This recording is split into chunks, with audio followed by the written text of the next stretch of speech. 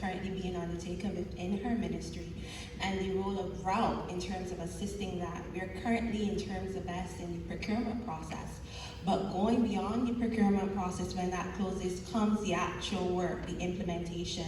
Exactly can you share any insights on how RALP is assisting the Ministry of Energy in terms of strengthening the implementation frameworks, in terms of maybe capacity building processes, which are so critical to the Ministry of Energy in terms of moving forward with the implementation of a storage strategy?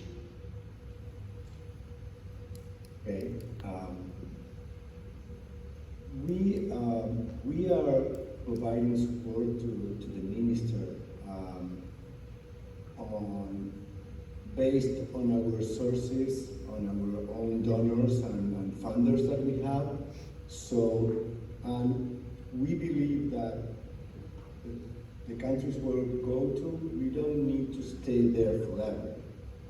It's like we do, and we all learn by doing.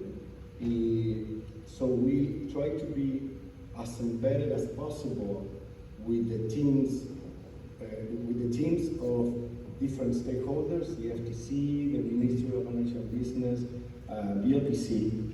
I think we are trying to build a team there that will follow up on the implementation. You will have an evaluation committee, then you will have the awarding of the project, and at a certain point, we are designing that certain risks are being left to the private sector, like designing, getting finance, and build the assets. So they would get a long-term PPA storage agreement to get their return out of there. The ministry is building their own team, technical team, economic teams, and designing teams to be able to, to project or to do the next one or the third one by themselves. And we could also be support for that. We've been doing same thing in South Africa and recently in Jamaica. In Jamaica, they just awarded 2 projects, and we've asked to participate in the next tender that would be 168 megawatts plus battery energy storage.